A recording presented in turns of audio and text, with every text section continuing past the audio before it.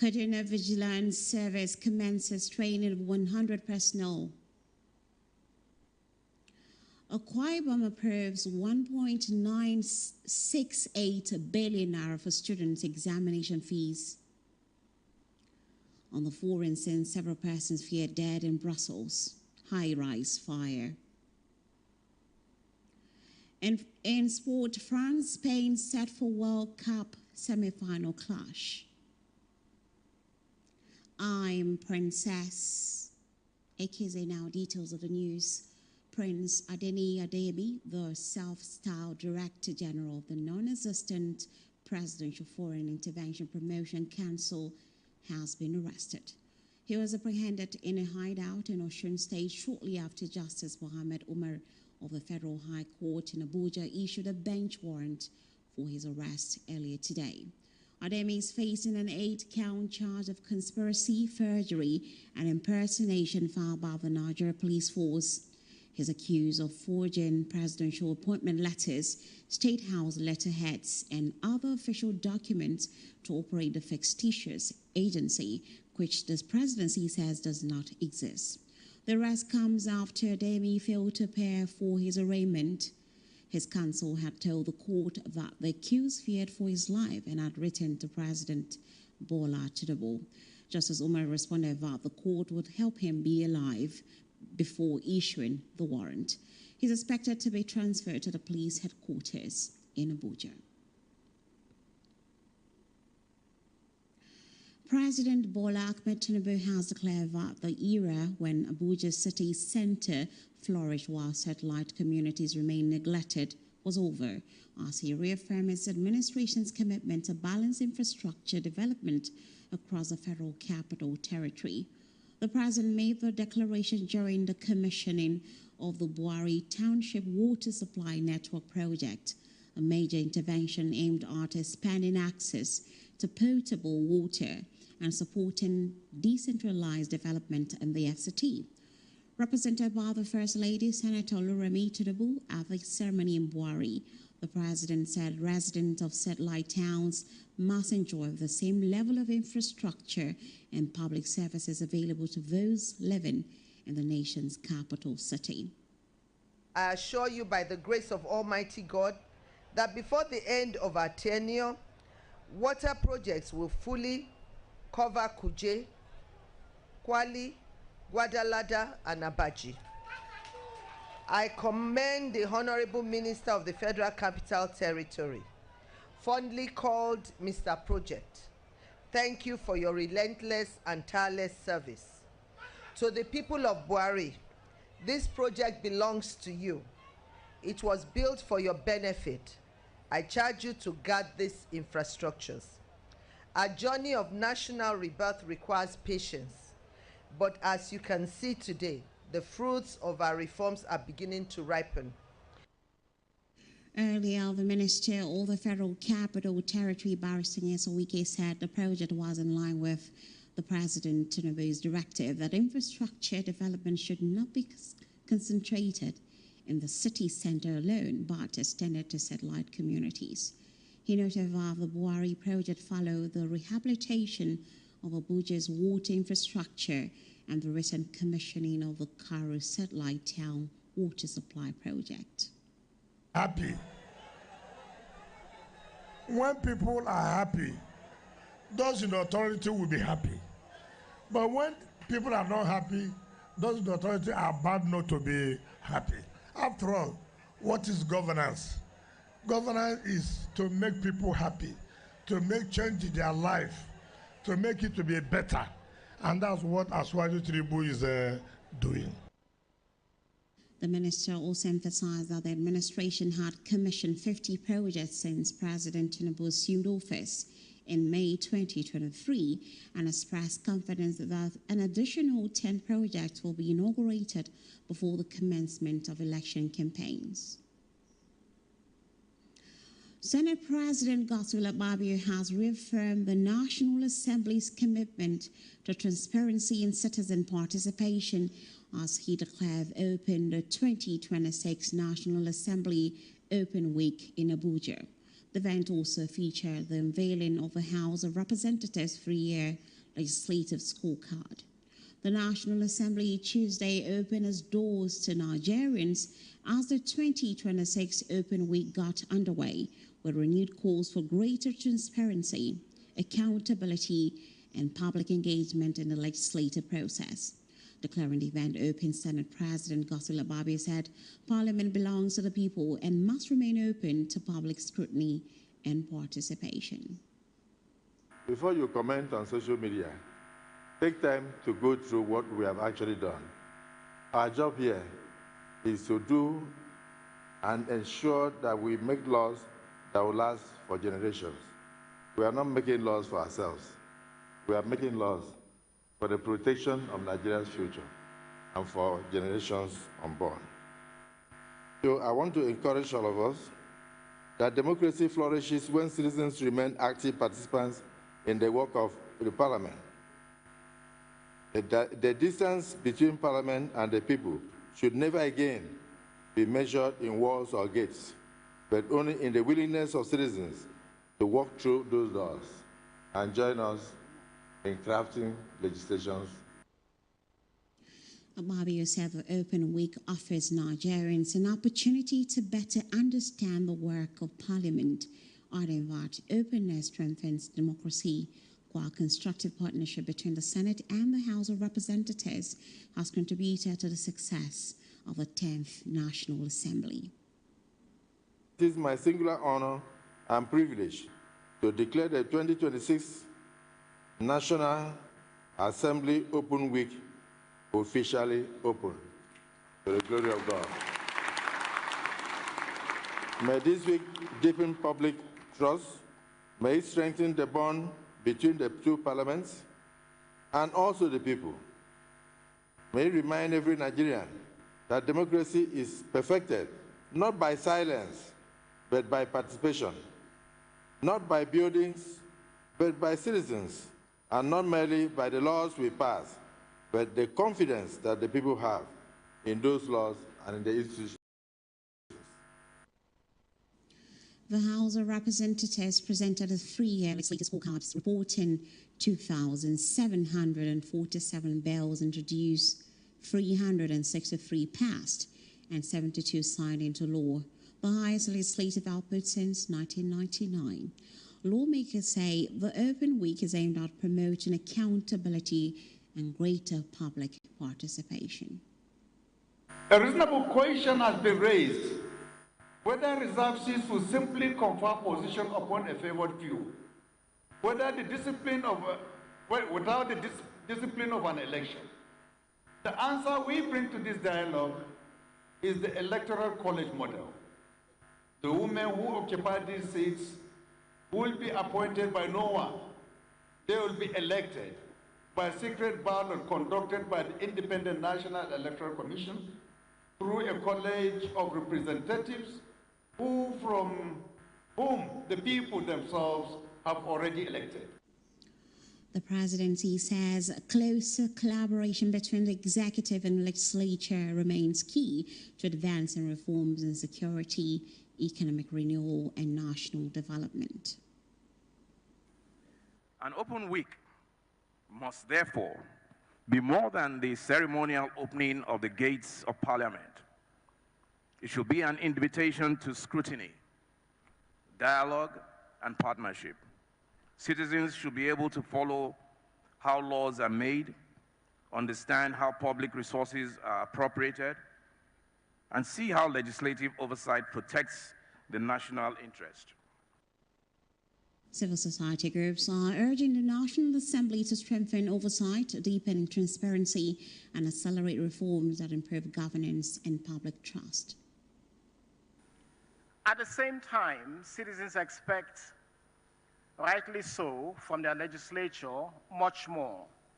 They expect stronger and more independent oversight of the executive, more timely consideration of critical national issues, greater transparency in legislative business, broader public participation in the work that the National Assembly do, particularly lawmaking. The 3-day open week continues with policy dialogue in state policing, women's political inclusion, security, economic reforms, and other national issues aimed at strengthening Nigeria's democracy.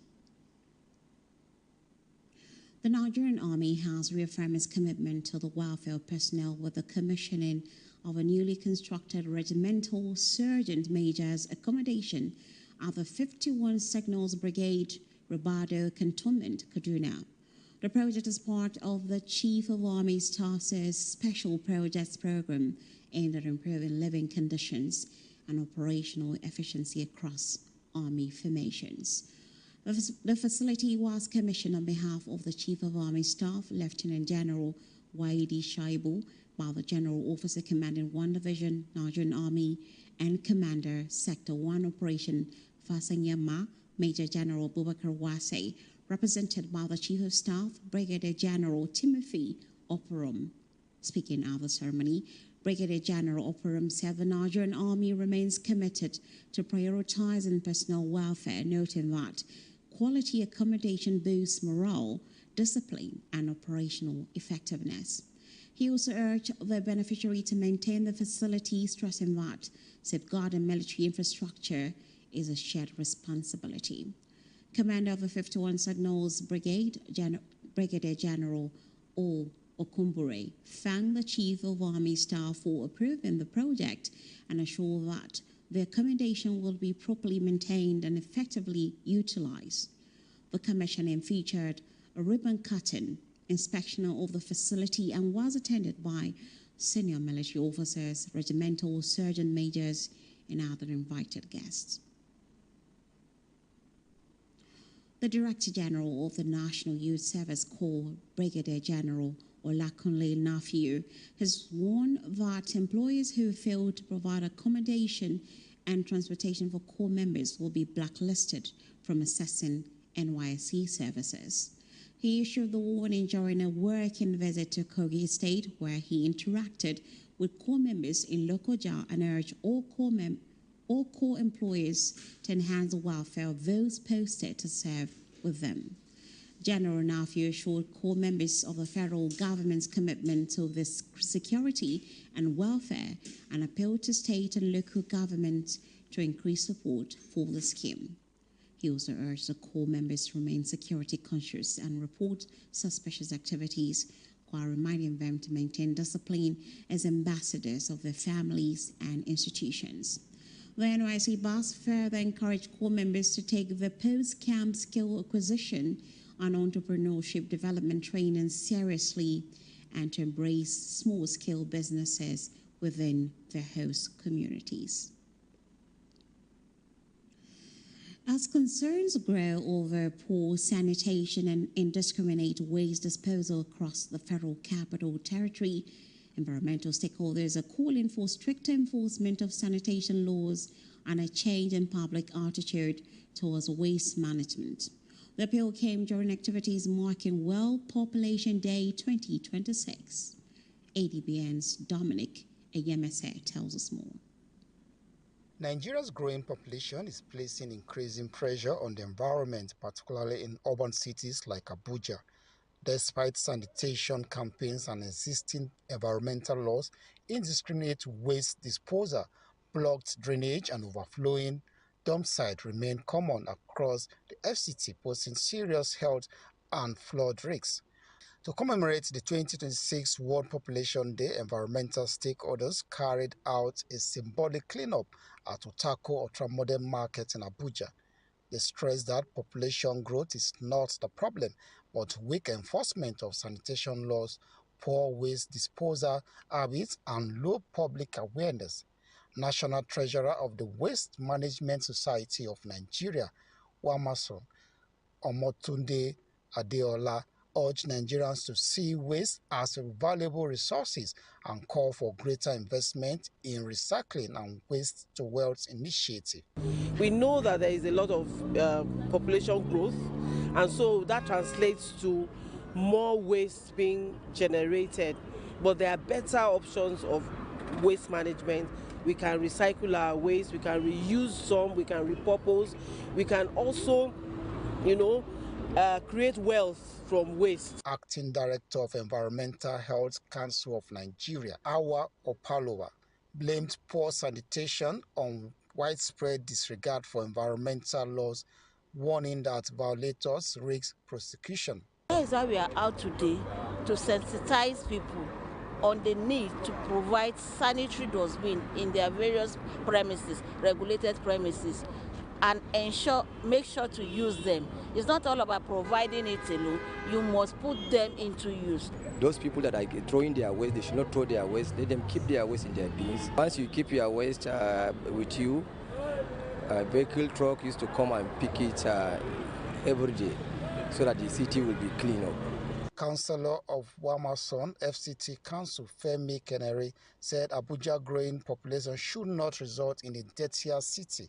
He urged residents to separate waste at source using designated waste bin and avoiding indiscriminate dumping. If I don't litter the streets, you don't litter the streets. Everybody is responsible about the waste they generate, ensuring that it gets to the appropriate place. We will not even have any reason to employ people to be picking the waste that is not there in the first place. Stakeholders agreed that sustained public awareness, tougher enforcement, and increased investment in recycling are essential to building cleaner and healthier society. From the Federal Capital Territory, Dominic Eyemese, Adbn News. Nigeria is strengthening its humanitarian response as global donor funding continues to decline. The federal government says it is transitioning to a nationally led humanitarian system focused on local ownership, sustainable financing, and stronger coordination. Our correspondent Erima Obo reports.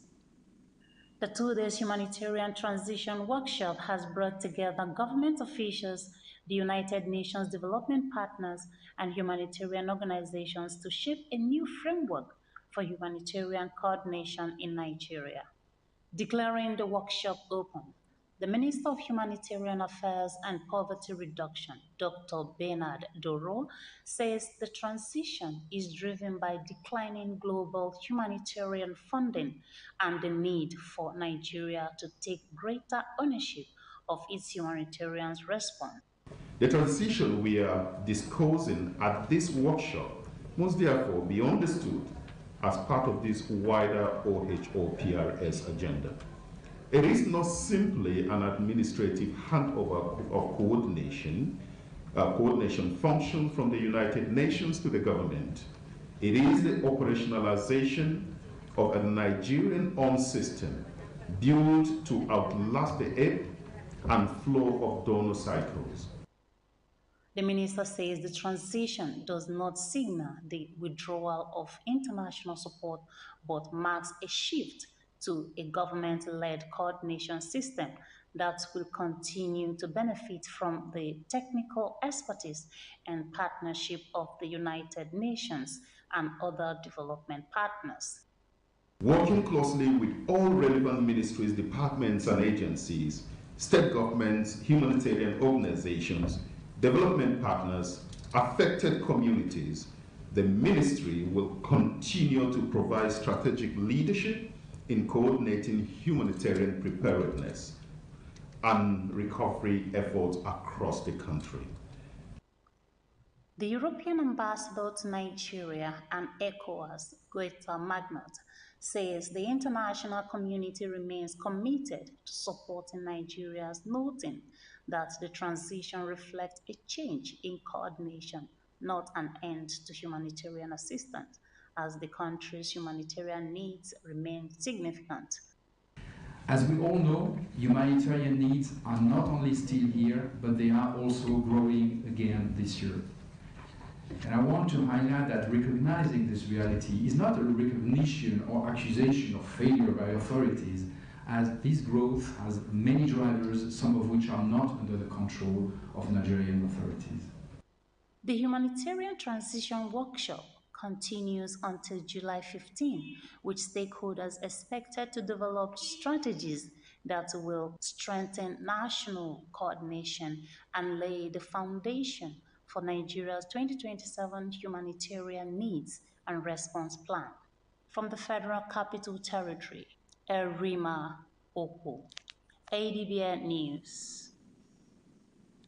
You're watching ADB News at 7. Stay with us for more stories after the break.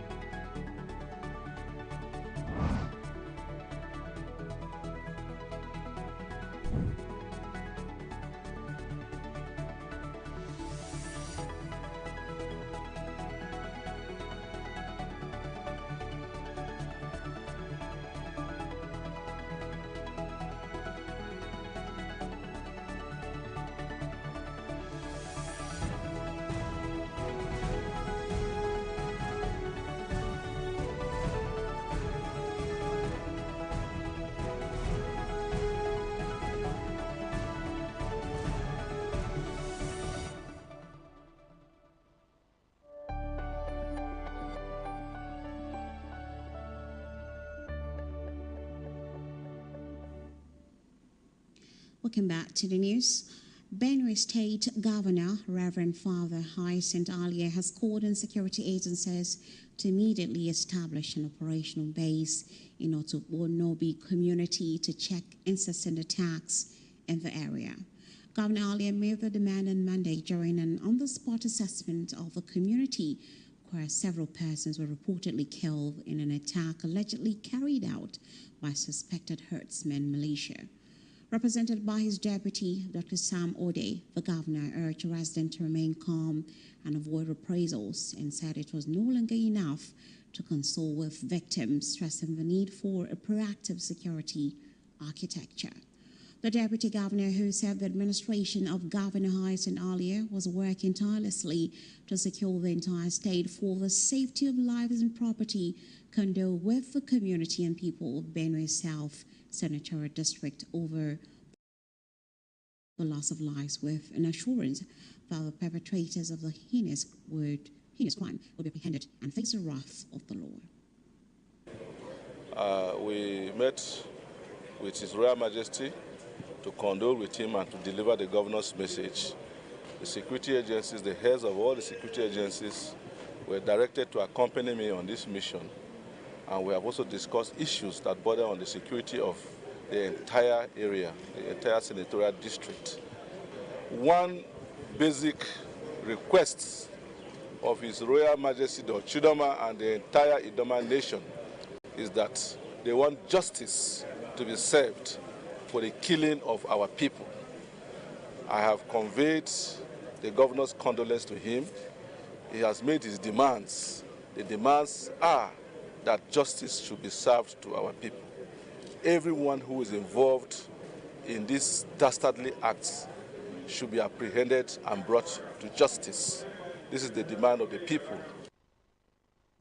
Assistant Inspector General Police Zone 4 AIG Moses Dunkombo, who was part of a delegation, disclosed that a tactical squad of the Niger Police Force and other units had already been deployed to the community to restore normalcy and apprehend those behind the attacks. Let me assure the good people of this country and the entire people of Benue State that the Benue State Police Command and other security agencies will continue to protect, will continue to be committed in ensuring that the community here are protected, that there is need to establish FOV here, that is a fourth operation base, so that if there is any incident, they can easily take up on time, they can easily respond, so that we won't have a repeat of what happened. The member representing Ottawa Akbar constituency in the Benue State House of Assembly, Kennedy Ambo, described the incident as unfortunate and charged security agencies to ensure that those responsible are brought to book. So you are aware that there is the bill transmitted by the President to the National Assembly for state police. As a legislator and the one representing this particular area, I'm going to speak vociferously about it. I will be for that bill and even stretch forward. I'm taking advantage of that right now, and I'm calling on the National Assembly, my senior colleagues, to not only pass the bill on state police, but we should also include community and vigilante policing, because we need to cascade security down to the community level. On behalf of the state government, Dr. Ode presented cash assistance for the treatment of injured victims and burial of those who died, and as well as relief materials were also distributed to affected families to cushion the effects of the attack. For dozens of Edo indigents forced to flee South Africa following xenophobic attacks, the journey home marks more than an end to displacement. It offers a change to begin again. The Edo state government has unveiled a support package aimed at helping the returnees rebuild their lives, reinforcing its commitment to protecting the welfare of citizens both at home and abroad. Adbn correspondent Favor Sazwa reports. For many of the returnees, homecoming came with relief, but also uncertainty after losing their livelihoods to xenophobic attacks in South Africa. Determined to ease that burden, Governor Mondo Pawolo, at the new festival hall at the Government House, received and announced a 1 million naira grant for each returnee, alongside access to soft loans to help them secure accommodation, restart businesses, and reintegrate into society. In fact, what you want to do, come to us. We'll give you a soft loan to start up.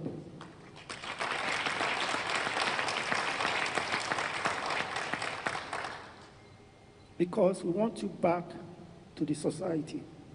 The governor says the intervention is not just humanitarian support, but an investment in the future of Edo citizens, assuring them that government will continue to stand by its people wherever they may be.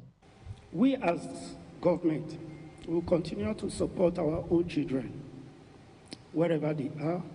If they are in distress, we will rescue them. We'll make them comfortable so that they won't pass through the same experience they have passed through in the hands of the evil ones. South Africa, I remembered several years ago when they were here. Their business is here. They have everything here. But Nigerians, we can't do what they have done to our people. The returnees expressed appreciation to both the Edo State and federal government for facilitating their safe return, describing the support as a renewed opportunity to rebuild their lives. Peace amongst us here, Your Excellency, and the entire Edo State are men and women who have sojourned, and by the grace of God in the Nigerian character, we do well wherever we go. And in business, we have succeeded and all that until something happened in South Africa. Beyond the immediate financial assistance, the intervention reflects a broader commitment to protecting vulnerable citizens and restoring hope in times of crisis. Please, from our heart, we're saying thank you. For the returnees, the support represents not just a welcome home, but the beginning of a new chapter built on resilience, opportunity, and renewed confidence in the future. In Edo State, Favor Osazua, Adbn News. As part of efforts to enhance intelligence gathering, improve professionalism, and strengthen community-based security across the state, the Kaduna State Vigilance Service has commenced the training of 100 personnel. The capacity building program focuses on intelligence gathering, lawful arrest procedures, patrol operations, and human rights compliance, equipping participants with the skills required to operate professionally and within the law. The personnel drawn from the Kaduna State Vigilance Service Zone 2 office are undergoing intensive training in intelligence gathering, lawful arrest procedures, legal standards, patrol techniques, and other operational skills aimed at strengthening community policing and enhancing the capacity of local security personnel to tackle emerging security challenges.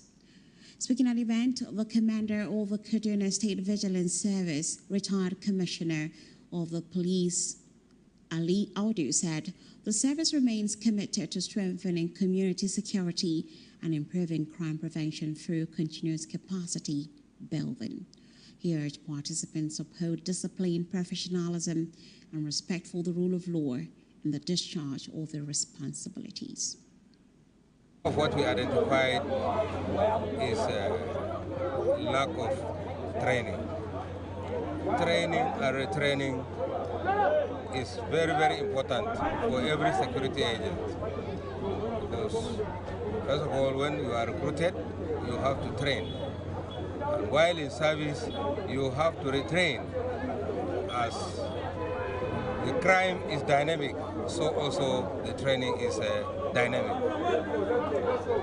So that's why we have to engage in this in-house training. The commander added that the training aligns with the Kaduna State government's commitment to strengthening the state security architecture and promoting lasting peace, noting the need to collaborate with security agencies. He charged the personnel to apply the knowledge and skills acquired. New trainees, like I have told them, it is very important for them to pay attention so that they will not just come and waste their time and go out. They have to learn so many things because it's ordered on their duty, protection of lives, dignity of human beings and their property, and it's for the protection of themselves also. So it's very, very important. Social advisor to the Governor on Vigilance and Local Security Coordination, security stakeholders at the event described the initiative as a timely intervention that will enhance intelligence-driven operations and deepen collaboration between the Vigilance Service and the conventional security agencies in safeguarding lives and property across Kaduna State.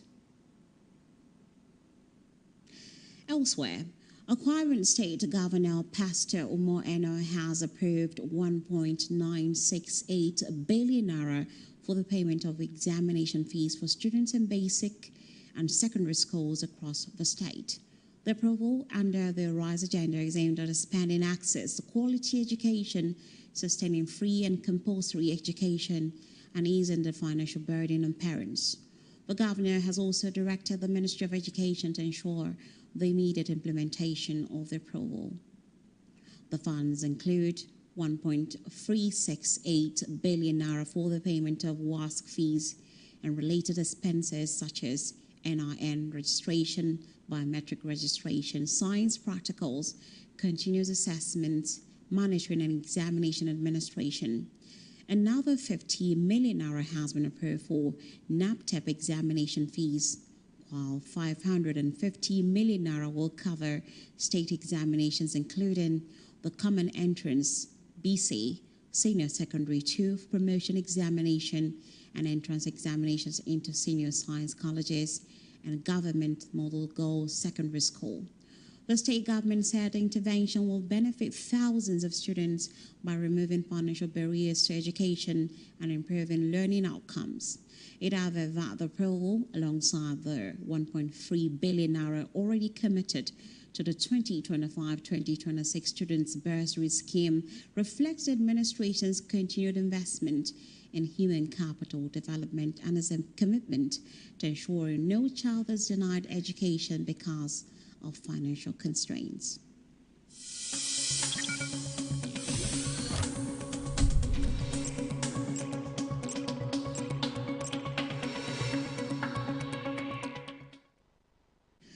To business now, the Nigerian exchange ended Tuesday's session almost flat, with the all-sharing desk closing at 241,762.01.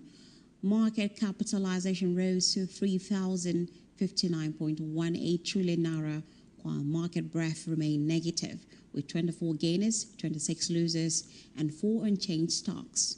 Investors traded 581.14 million shares worth 49.63 billion naira in 39,744 deals. On the gainers chart, the first Holdco led with plus 9.98% again to close at 72.15 naira, followed by Thomas Wyatt, Nigeria, up plus 9.80% to 2.69 naira, and Nigeria Real Estate Investment Trust, which gained plus 9.71% to close at 113 naira. On the losers table, International Energy Insurance fell minus 9.86% to 4.66 naira. Legend Internet declined minus 9.18% to close at 4.45 naira, while Fortis Global Insurance PLC also declined minus 7.69% to close at 2.77 naira.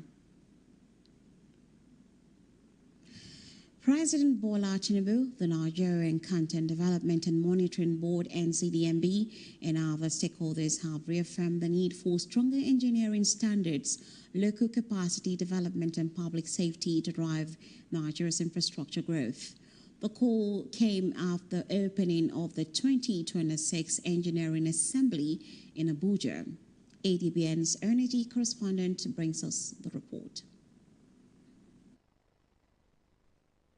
Representing President Bola Tinubu, Works Minister David Umahi outlined the administration's engineering priorities. The engineering succeeds society moves second. When engineering fails, lives are lost, investments are wasted, public confidence is damaged, and national development is delayed. Therefore, public safety must remain the first question of engineering matters. Chairman of the opening ceremony highlighted the value of engineering excellence, while APC National Chairman commended engineers' contributions to national development.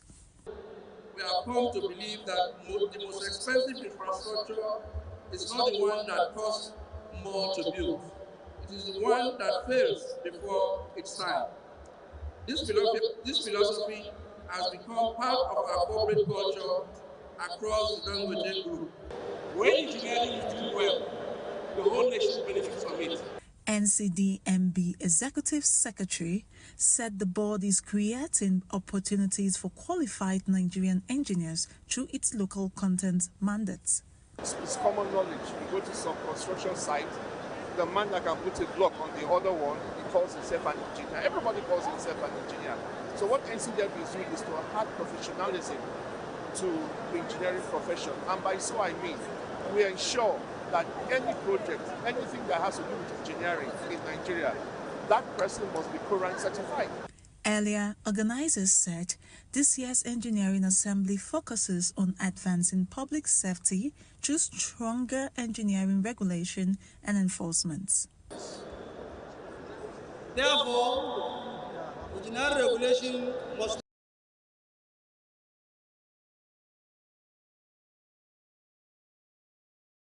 not only ensure competence, but mechanism for compliance, monitoring, enforcement, accountability, and sanction where necessary. The theme of this year's assembly, advancing public safety in Nigeria through strategic engineering regulation, enforcement, and a tiered sanctioning regime, is both timely and significant. It reflects our collective responsibility to strengthen engineering governance, uphold professional standards, ensure that engineering practice continues to serve the best interests of the society. The three-day conference continues with technical sessions focused on engineering, public safety, and national development. From the nation's capital, Idorian Flannan, Adbn News. You're watching ADB News at 7. Still ahead, more stories from across the globe, plus the latest from the world of sport. Stay with us.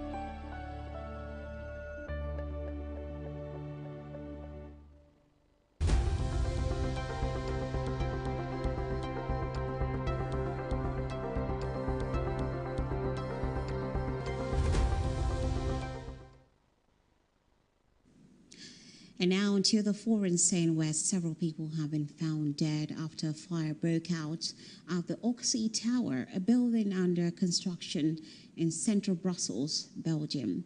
Authorities said the blaze was quickly brought under control, but firefighters later discovered that it had spread to the building's lift shafts, where 2 lifts were trapped. At least 6 people remain unaccounted for. Rescue teams forced open one of the lifts and found several bodies inside, although officials are yet to confirm the exact number of victims. Recovery operations have been slowed by heavy debris, while investigators continue searching the second lift and other parts of the building for the missing workers. The cause of the fire remains under investigation. 2 people were hospitalized with serious burns, while a firefighter was treated for heat exposure. Belgian Prime Minister Bart de Wever and King Felipe visited the scene as authorities praised emergency responders for their efforts under difficult conditions. A 67 million-year-old Tyrannosaurus rex fossil has been sold for a record $50.1 million, which is equivalent to £37.4 million at a Sotheby's auction in New York, making it the most expensive dinosaur fossil ever sold. The specimen, nicknamed Gus, stands more than 4 meters tall and is regarded as one of the most complete T-Rex fossils ever discovered, with over 60% of his bones recovered. Gus was unearthed in 2021 on a remote ranch in South Dakota, United States, and was excavated over 3 summers before spending another 3 years undergoing scientific restoration and reconstruction. Experts say the fossil bears evidence of an eventful life, including healed broken ribs and bite marks on its skull. The identity of the successful bidder has not been disclosed. Sotheby's said the sale reflects the purity and exceptional preservation of the specimen, while adding that the auction has generated significant public interest in dinosaurs and natural history. The sale surpasses the previous auction set by a Stegosaurus in 2024 and marks the first dinosaur fossil to sell for more than $50 million. While some scientists have expressed concern about valuable fossil entering private collections, others hope the new owner will make the specimen available for public exhibition in a museum.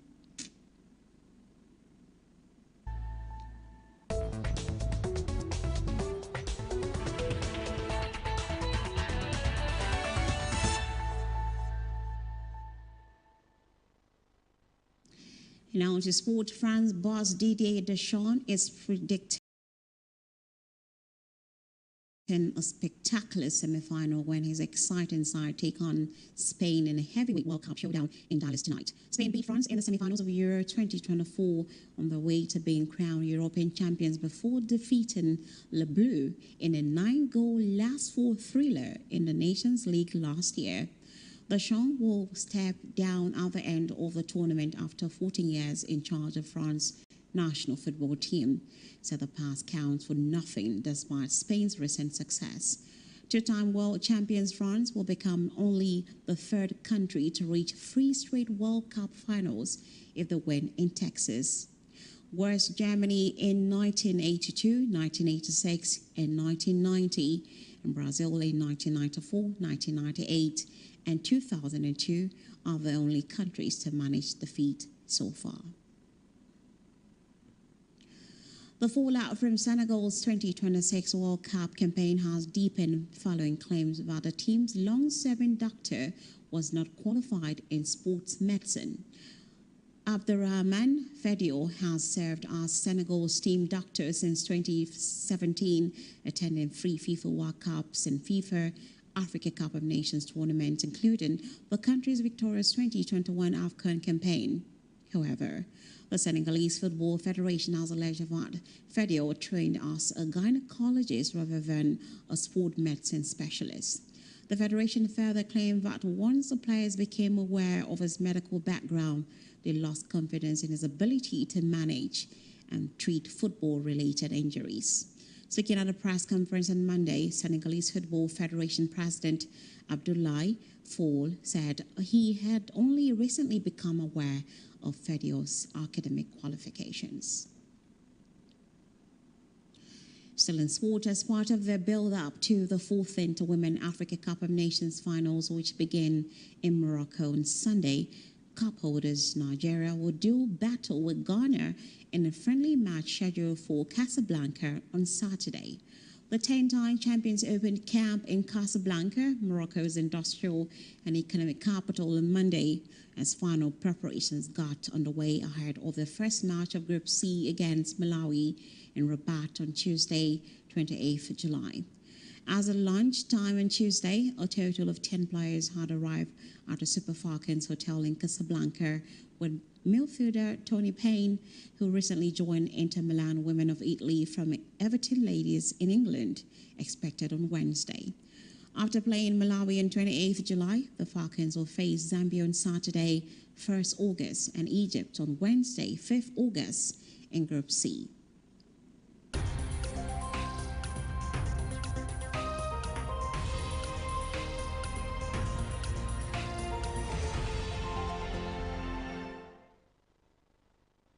And now on entertainment, there was an outpouring of love, excitement, and heartfelt tributes in Ikotep, a local government area of Akwa Ibom State, on Friday as family, friends, associates, and well-wishers gathered to celebrate the birthday of Dr.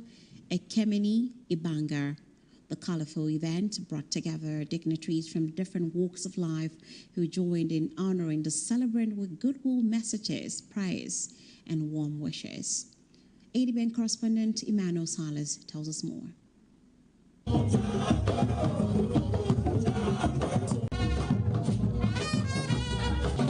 The celebration came alive with captivating musical performances, cultural displays, and moments of thanksgiving as guests danced and celebrated in honor of the birthday celebrant. The atmosphere reflected joy, appreciation, and admiration for a woman widely recognized for her dedication to excellence.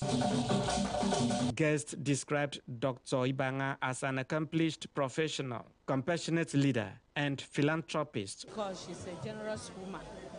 She can give, she can do everything for everybody. She likes to make everybody proud, great.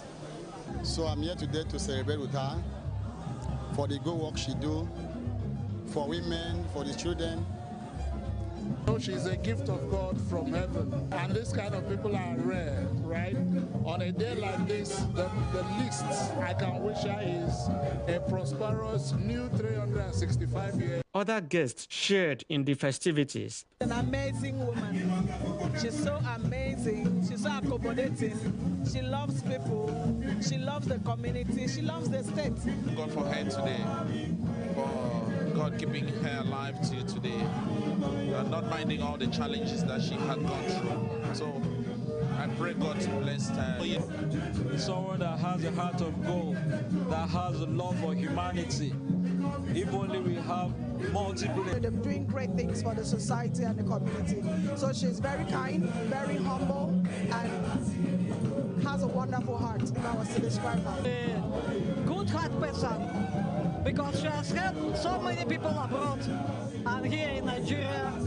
So God will really bless her, and God will bless her. In her remarks, Dr. Ekemini Banga, who is also the founder, Ekemini Banga Foundation, thanked God for the gift of life and acknowledged the love, prayers, and support she has received over the years. I want to say thank you for a wonderful day like this.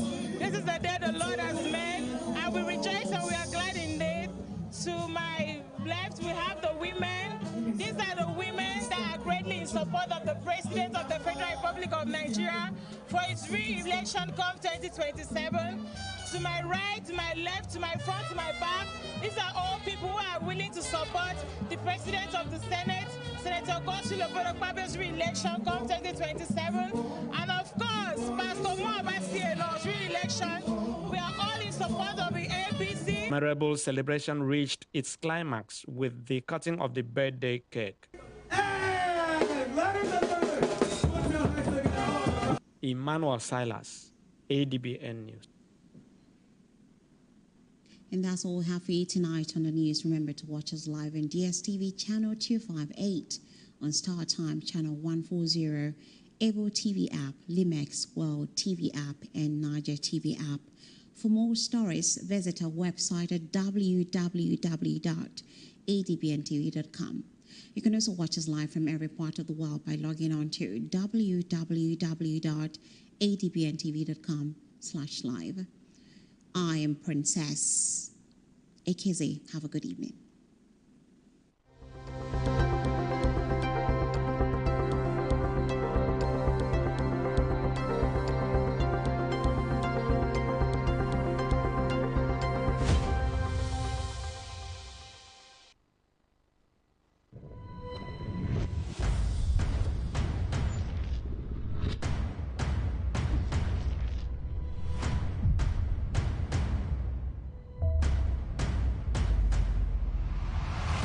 Adbn, a part of you.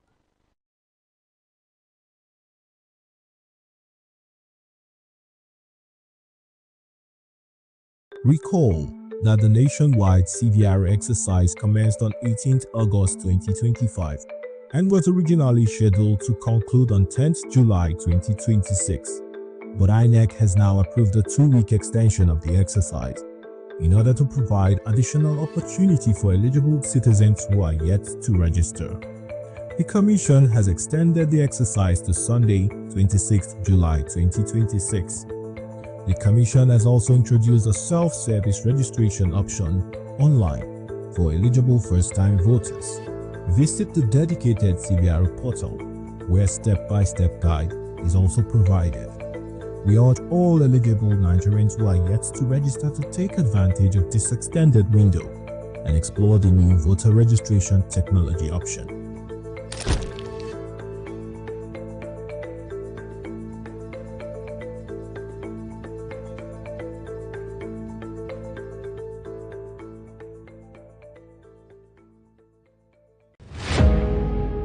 Every day, across forests, highways, towns and villages, brave men and women stand watch so that Nigeria can sleep. They leave their families behind, confront danger head-on, and make sacrifices many of us will never see. Yet, the enemies of our nation continue their assault. They target our children. They murder innocent citizens. They force families from their homes. They turn thriving communities into places of fear and uncertainty. Their goal is simple: to break our spirit, divide our people, and steal the future of our nation. But Nigeria is stronger than terror. As we demand greater accountability, stronger security measures, and more effective action from those entrusted with our safety, we must also play our part. Support our security forces, salute their gallantry, stand with those who stand for us. If you see something, say something. Let us be our brother's keeper. We must never surrender to fear, despair, or hopelessness. This is not the time for division, not by tribe, not by religion, not by region, not by political party. Because terror recognizes no ethnicity, no faith, and no ideology. Its enemy is all of us. And together, united as one people, we can defeat it. For our children, for our communities, for our future, for Nigeria. Join the movement. Stand for our country. Stand for one another. Hashtag Unite Against Terror.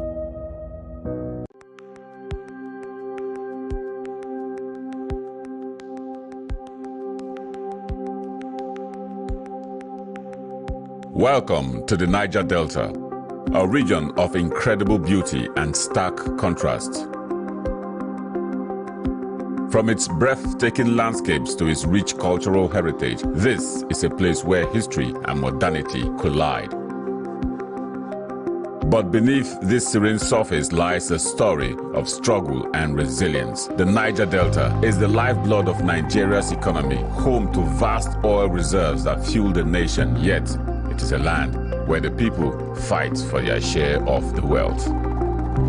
Join us on the program Niger Delta Today as we explore the heart of the Niger Delta, discover the vibrant cultures, the struggles for environmental justice, and the stories of the people who call this place home. This is the Niger Delta, a land of contrast, a story of resilience, a journey of hope. Don't miss our exclusive series, Niger Delta Today, every day at 12 noon, only on Adbn TV. Witness the untold stories, experience the journey, be part of the change.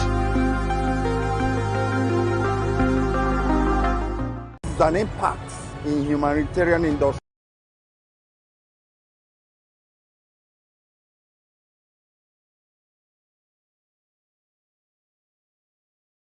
And you may be the next week lucky winner.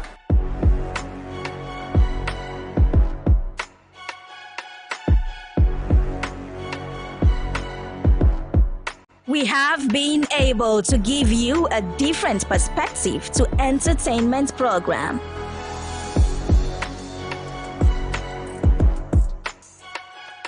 We don't only entertain you with good musicals. We celebrate Nigerians. Watch it, participate, and feel the cruising moment.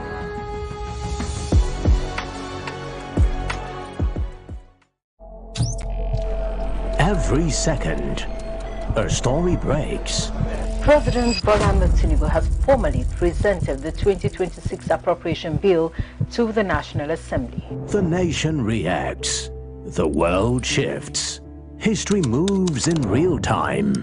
Before the noise, before the opinions. One screen keeps you connected. From the headlines shaking the nation to the stories everyone talks about tomorrow. Stream anytime, anywhere. When the story matters, you know where to turn. Adbn. A part of you.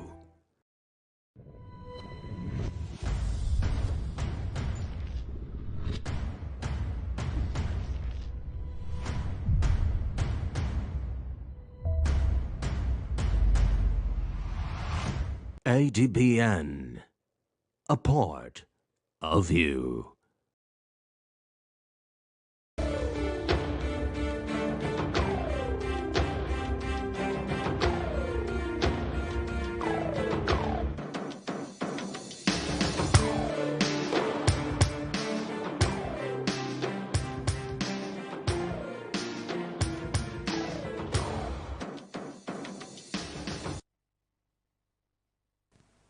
Welcome to yet another edition of the Joy Asanya Live Show. Again, we're back here keeping you abreast with what's going on across Nigeria. Well, today our focus is on the City Boy National Youth Tour. That's the Renewed Hope Tour, basically. Over the months, the City Boy National Youth Tour has taken political engagement beyond Abuja and Lagos, reaching communities across Nigeria and interacting directly with citizens. These engagements have provided a unique opportunity to listen to young Nigerians, their concerns, hopes, frustration, and expectations for the future.